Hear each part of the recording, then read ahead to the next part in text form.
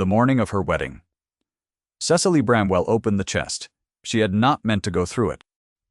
She had meant only to retrieve her mother's pearls, the single strand of small, cream-colored beads that had been her mother's one vanity and that had lived in the chest since the funeral, tucked in a fold of black velvet. At the bottom, the chest sat in the corner of her bedchamber at Thornfield House, where she had been installed as a guest of the Vane family for the fortnight preceding the ceremony, and it had traveled with her from her father's house in Bath, wrapped in a horse blanket, which was the most practical protection. She could manage on short notice, and with no male relative to oversee the loading of the carriage. The chest was cedar wood, brass-cornered, fitted with a blackened iron lock. It was not large. It had sat in her father's study for as long as she could remember, pushed to the side of his desk with the particular authority of something that belonged precisely where it was. She had always assumed it held the papers. He did not need often but would not trust to the general files. After his death, she had not looked inside it. She had not been able to. She turned the key. She lifted the lid. The pearls were there, in the velvet fold, just as she had known they would be. And beneath the velvet, packed with the careful deliberateness of a man who had thought a great deal about what he was doing, were the documents. She knew what they were before she read them. She had been her father's daughter for 23 years, and she understood the language of legal papers the way a minister's child understands scripture. Her hands did not tremble as she read.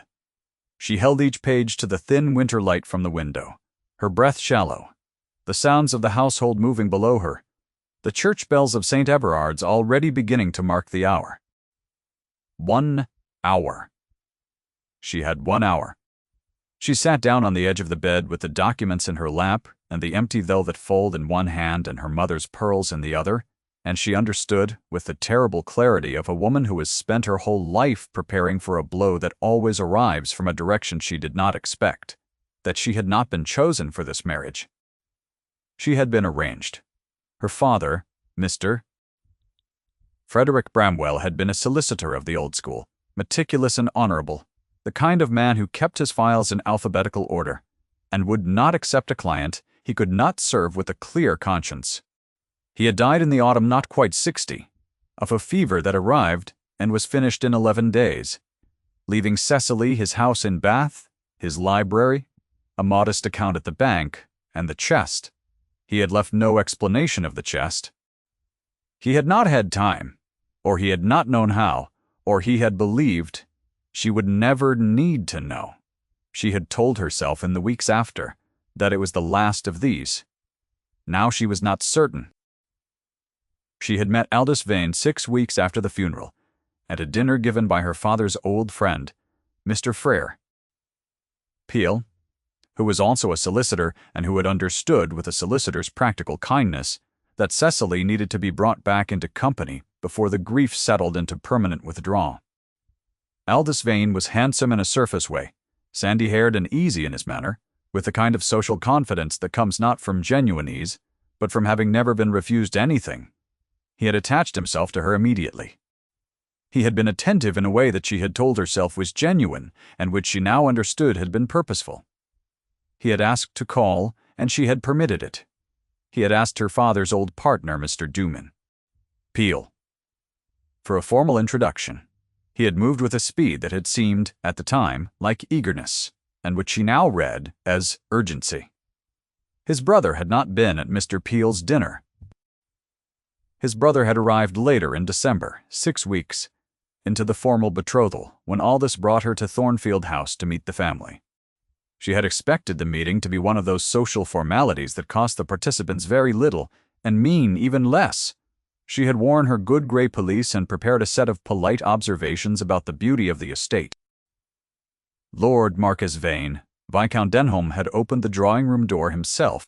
He was tall, broader than Aldous, with dark auburn hair and eyes of a color she could not immediately name, something between grey and the color of river water in November.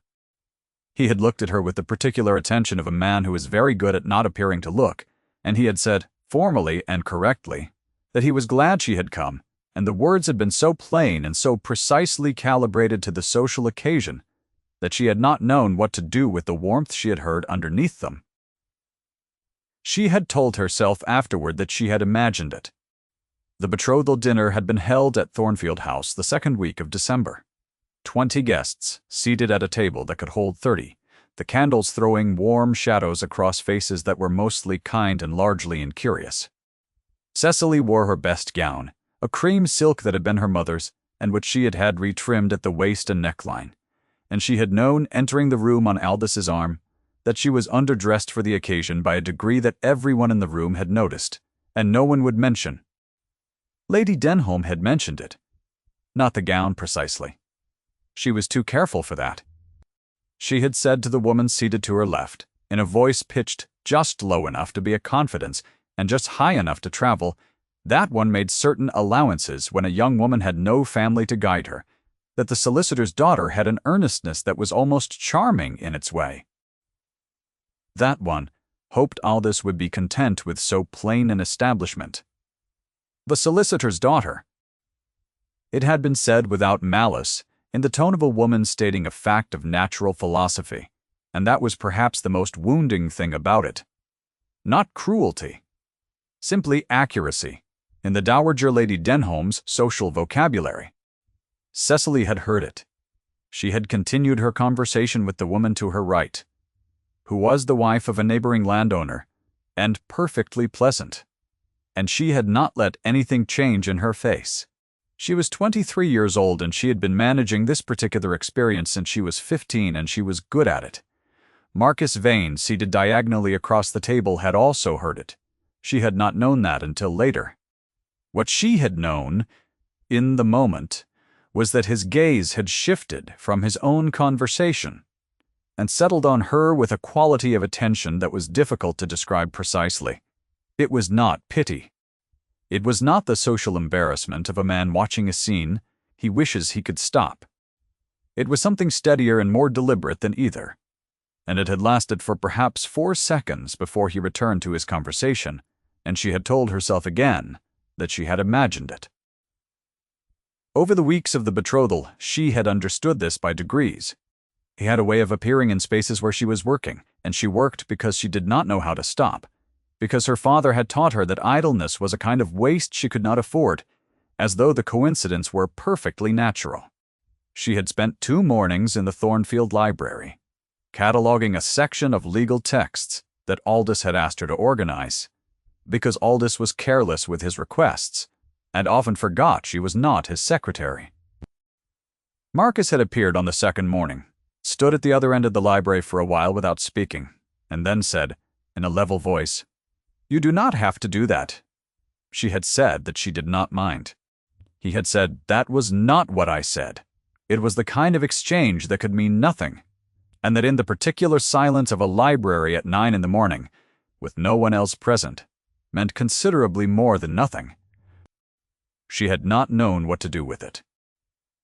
What she had done with it, she had done with the other moments that accumulated over those weeks the way a woman carries small stones, not knowing how many she has gathered, until the weight of them changes her gait.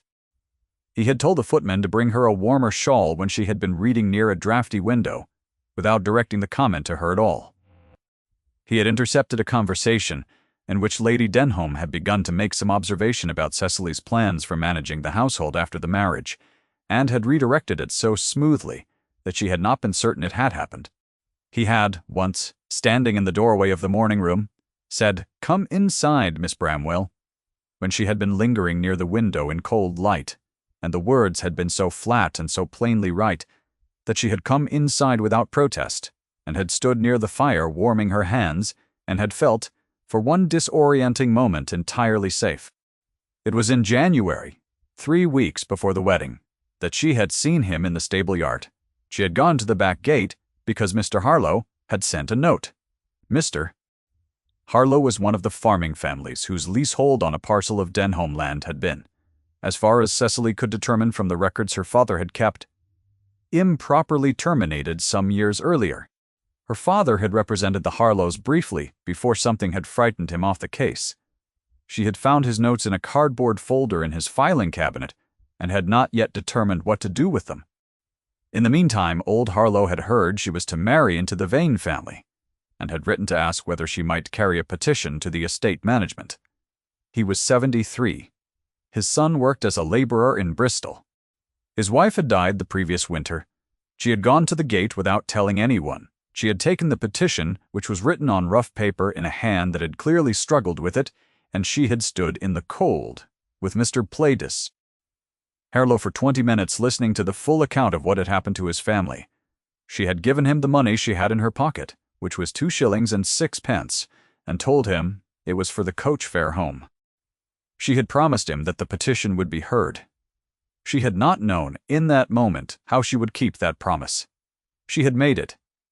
Anyway, she had not known Marcus was in the stable yard until she turned back toward the house. He was standing near the stable door, not quite in the shadow, holding his horse's reins and watching her with that same steady quality of attention. She did not know how long he had been there. His face was unreadable in the way that she had come to understand was not coldness, but concentration. The face of a man who is thinking very carefully about what he is seeing. She had straightened her shoulders and walked back toward the house. And neither of them had spoken, and something had shifted in the air between them that she could not name and did not try to. She spent the rest of that afternoon in the morning room, ostensibly composing letters, actually composing nothing at all. The fire was lit, and the light on the snow outside was very bright. And she was aware, with the specific awareness that her body had developed for him over the preceding weeks, that he was in the house. She could not have explained how she knew this. She knew it the way she knew when rain was coming. Some accumulated reading of the atmosphere that registered below the level of deliberate thought. He did not come to the morning room. She had not expected him to. What she had not expected was the tray that arrived an hour before supper, carried by a housemaid who said only that his lordship had thought she might want something warm, and set down a pot of tea and a covered plate of bread and butter, which was exactly the thing she would have wanted and would not have asked for. Who was her actual betrothed had not thought to send. She ate the bread and butter, and drank the tea, and stared at the fire, and thought about the particular nature of the situation she was in, which was that she was engaged to one brother and entirely unable to stop noticing the other. It was not a comfortable realization. She did not permit herself to dwell on it as something with a future. She was a solicitor's daughter of 23, with a modest account and a chest she had not opened, and a betrothal that had been formalized in front of witnesses, and the future was Aldous Vane's household and the position she would occupy within it. And that was what it was. She told herself this very clearly and completely, and her hand settled the teacup in its saucer, and her pulse, which had lifted when she thought of Marcus in the stable yard, declined to settle. It was the following evening that she overheard the exchange in the corridor outside the drawing room. She was not meant to overhear it, being on the wrong side of a partially closed door, and she would not have remained standing there had she not heard her father's name. It was Lady Denholm's voice, and it was Aldous'. Lower and harder to catch. Lady Denholm was saying something about the estate's finances, a phrase Cecily could not fully hear. And then, more clearly, Bramwell's papers. You are certain they are in the chest. And Aldous' voice, even controlled. Certain enough.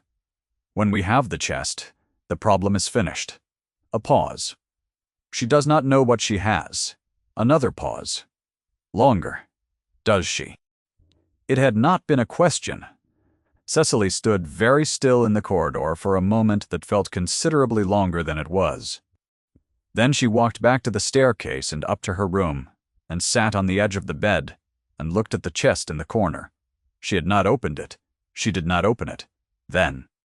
She sat with the knowledge of what was in it, which she had been carrying since October, and had not yet looked at directly. And let that knowledge become precise and specific in her mind, the way a wound becomes precise and specific in cold air. 2 days later, he had knocked on the library door. She had been working at the large desk, and she had said, "Come in," and he had entered and closed the door behind him, and stood for a moment in a way that suggested he had rehearsed this, and then decided not to follow his script. He carried something in his hand. A single sheet of paper folded. "I want to show you something," he said. "And I want you to understand that I am showing you because I believe you will not use it against my family, not because I think you owe us any protection." She set down her pen. She waited. He unfolded the paper and placed it on the desk in front of her. It was a survey document. She recognized the form immediately, the formal columns of land, measurements, the signatures at the bottom. She looked at the bottom of the page. The surveyor's seal was there, but something was wrong with it. The seal was genuine. She could see that. The signature next to it was not. The hand was wrong. She had spent enough time with her father's papers to know a copied signature, and this was one. "My father's estates," Marcus said. He was not looking at the document. He was looking at her. "After he died, I went through the ledgers. There are 4 families in the valley who lost their land on the basis of surveys like this one. Forged surveys, signed with the surveyor's seals purchased from men my father bribed. The land was absorbed into the Denholm holding between 1804 and 1816. He paused. "Aldous told me the evidence had been dealt with. I believed him. I should not have." She looked at the document for a long time. "Tapper." The fire was low and the light was thin, and the paper in front of her was exactly the kind of thing her father had hidden in a chest because he had not known what else to do with it. "Why are you showing me this?" she said. "Because you stood at that gate for 20 minutes in January, cold taking down the account of a man whose family my father ruined," he said. "And you gave him your last 2 shillings and 6 pence for his coach fare home." He paused again. The pause had weight. "And because I think you know something, I think your father knew something, and I think whatever he knew, he carried it alone because he was afraid. And I would not have you carry it alone for the same reason."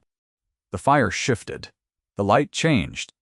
She felt something move in her chest, some tight-held thing that had been there since October, since the chest arrived at her father's house and she had not been able to open it, and she put her hands flat on the desk to keep them still.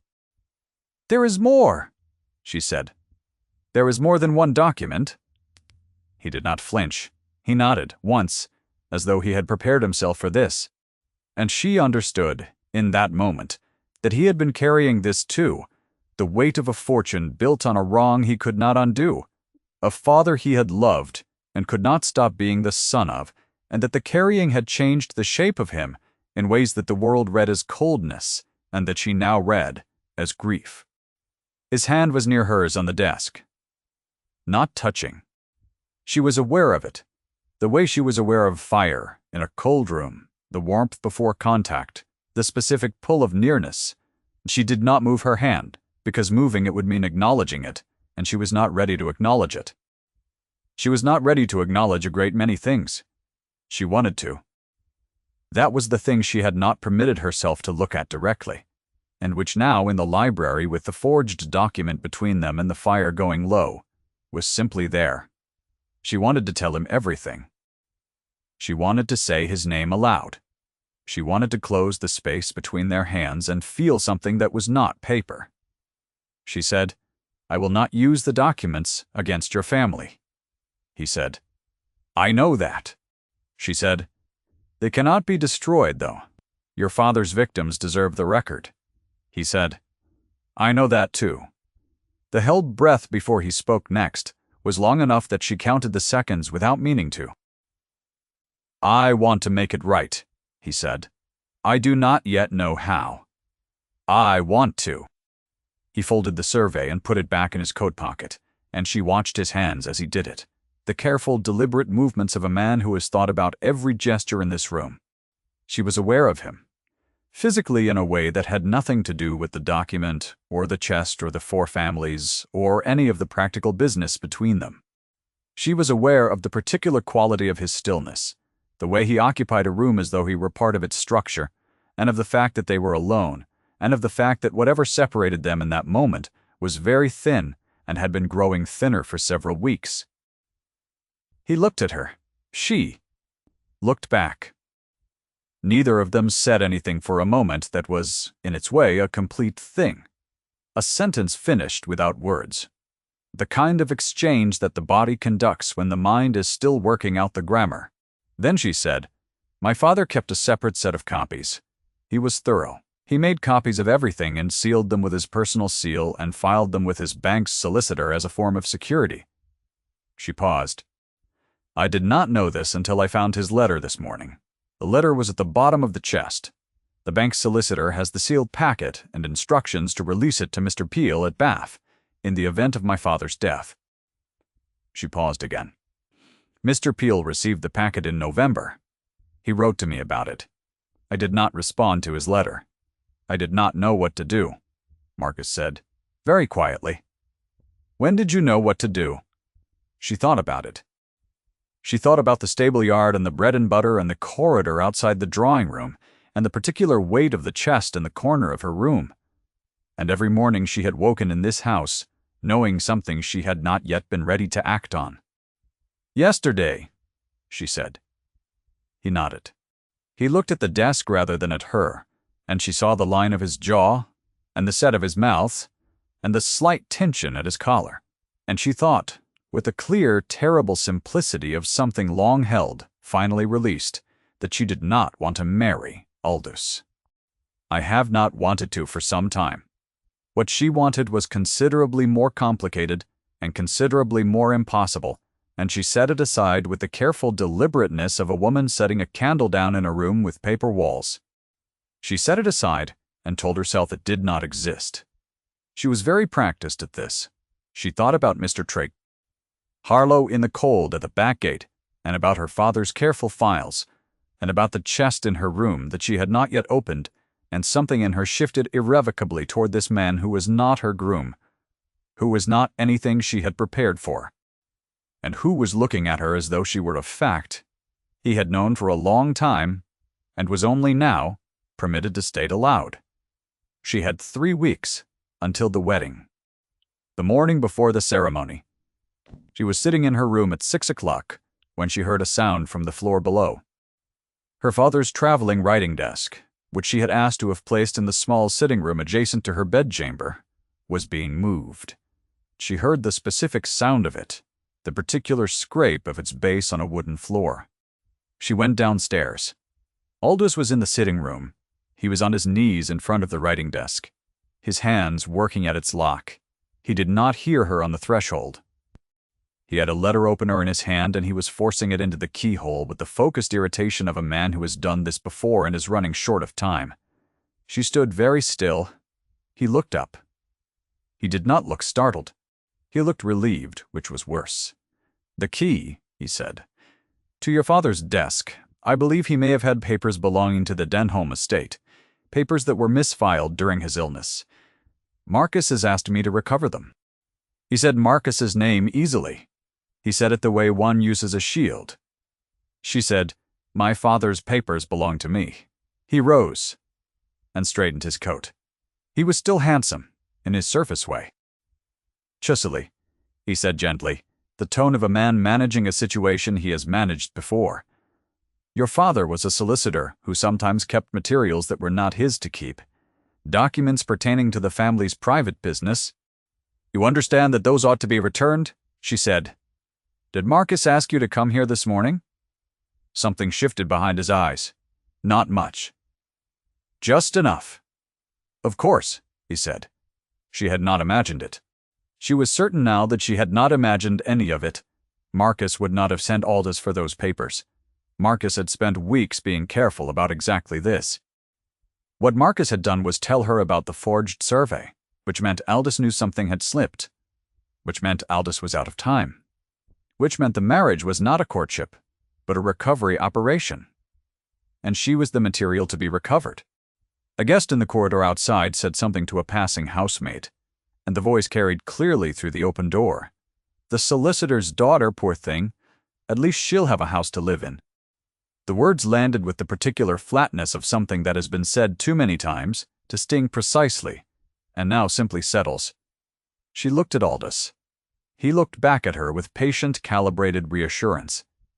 She said, "Of course." She went upstairs. She did not open the chest immediately.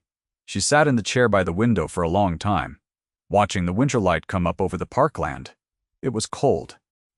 The fire in the grate had gone low, and she did not ring for it to be built up. The cold was useful. It kept the thinking clear. She thought about her father, who had been meticulous and honorable and afraid. She thought about the 11 days of his fever, the way he had known at the end that there were things he should have said and had run out of time for. She thought about the chest in the corner of his study, with its brass corners and its iron lock, the authority of something that belonged precisely where it was. She thought about the 4 families in the valley whose names she had read in her father's notes, the Harlows and the Prentices, and the Gilmores and the Beeches, and the 12 years over which their land had been taken from them in increments so procedurally careful that a brief review would show nothing wrong. In only a careful surveyor and a series of legitimate transactions. And only her father's files held the thread that pulled, would unravel the whole. She thought about Aldous on his knees in front of her father's writing desk, with a letter opener in the lock. She thought about Marcus in the stable yard holding his horse's reins and watching her with that still face. She thought about what it had cost him to show her the forged survey. She thought about the partial document in his coat pocket, the one he had kept as a reminder, the weight of it against his ribs every morning. He put that coat on. She thought about a man who had discovered his inheritance was built on a wrong, and had not destroyed the evidence and had not run from it and had been carrying it instead for years, looking for a way to name it that would not cost people who did not deserve the cost. She had spent her whole life preparing for a blow that always arrived from a direction she did not expect.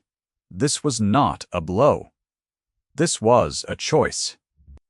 She got up, and she went to the chest and she opened it, and she took out the documents, and she sat on the edge of the bed, and read through all of them, in the thin winter light, methodically, page by page, the way her father had taught her to read anything that mattered, for what it said and for what it did not say, and for the spaces between where the truth was hiding.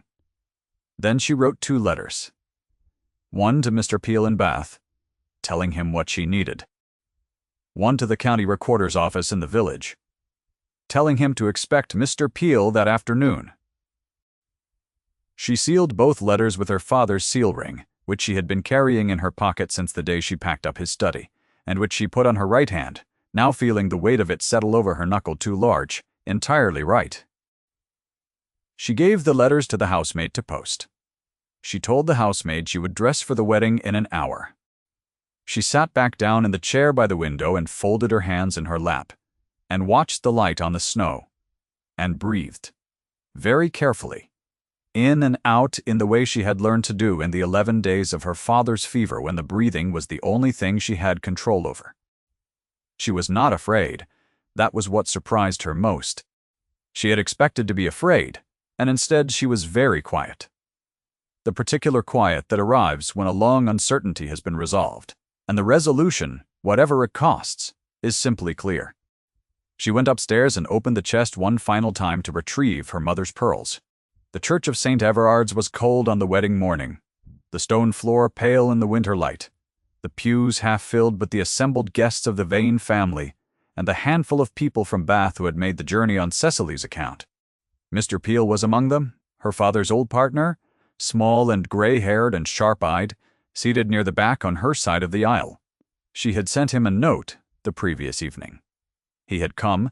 She carried the chest herself. She had wrapped it in her traveling cloak to conceal it, and it was not heavy. She set it on the front pew on the bride's side, and sat beside it, and folded her hands in her lap and waited. The assembled guests noted the chest with the curious incuriosity of people who are too polite to ask and too human not to wonder.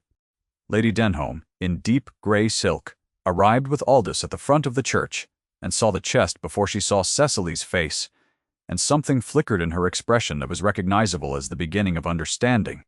Marcus arrived last.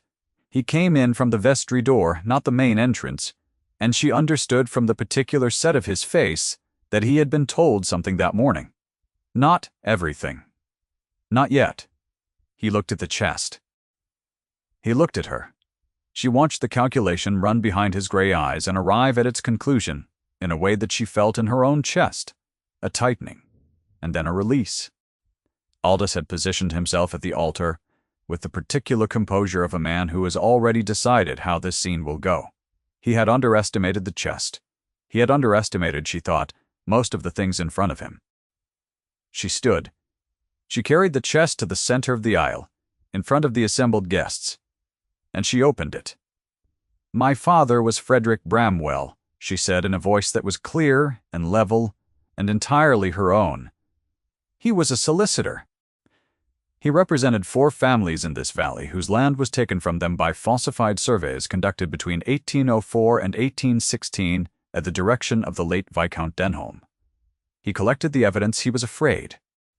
He put the evidence away, and he died before he could act. And he left me the chest." Silence. The specific silence of 40 people in a cold stone church who have stopped breathing. "These documents," she said, "are copies. The originals were filed with the county recorder's office yesterday afternoon by Mr. Henry Peel of Bath, who is my father's former partner and who is seated in the back pew." She heard, from the back of the church, Mr. Back, Peel's quiet cough of confirmation. Aldous had gone very still. Lady Denholm's fan was at a wrong angle. She looked at Marcus. He was already moving. He crossed the aisle in 3 strides, unhurried, the way a man moves when he has already decided, and is now simply acting on the decision. He placed himself beside her, not in front of her, beside her, and he looked at his brother with an expression that was not anger, and was not grief, and was not any of the things she had seen on his face before. It was the face of a man setting something down that he had been carrying for a very long time. "Miss Bramwell is under my protection," Marcus said, his voice low and level and carrying to every corner of the church. "This wedding will not proceed." 9 words. She counted them without meaning to. Aldous said nothing. Lady Denholm said something. She stopped before it became a sentence. 2 guests shifted in the pews with the specific rustling of people who are preparing to become witnesses in a story that has just revealed its true shape. It was Mr. Peel who spoke next, into the held silence, from his seat near the back. "The county recorder received the documents in good order," he said, in the dry voice of a man who has given sworn testimony before and finds it no particular inconvenience. "The record is established. Nothing transacted here today can alter it." Aldous looked at his brother. Marcus looked back at him. There was a conversation in that exchange that had been building for years, and that lasted, in this church, for approximately 4 seconds, and at the end of it Aldous put on his hat and walked out through the main doors, and the sound of his footsteps on the stone faded to silence, and then to nothing. Lady Denholm sat very straight in the front pew. Her fan was closed. She looked at Cecily for a long time, and Cecily looked back at her, and what passed between them was not forgiveness, and was not condemnation. It was recognition.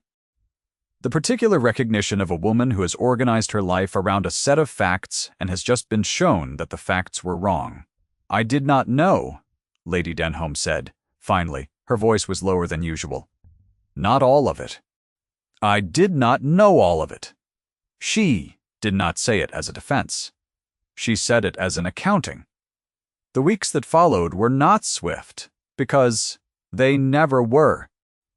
Legal proceedings are slow by nature, and the county recorder's office moved at the pace of county recorder's offices everywhere. They moved, and what they moved toward was a reckoning that was procedural and quiet and had none of the drama of a church on a cold morning, and was more permanent for that. The 4 families were identified. Mr. Ratter, Peel, who had handled her father's estate and who proved to have a considerable amount of suppressed professional outrage about the whole business, assisted Marcus in working through the calculations. The land itself could not all be restored, having been absorbed and built upon over the years, but its equivalent value could be established, and the estate could pay it. Marcus saw that it did. It took most of the winter and the following spring, and he did not ask for recognition for it, and Cecily did not give him recognition, and gave him instead the thing she had noticed he actually wanted, which was someone to sit across from him in the library while he worked, and not require him to perform composure he did not feel.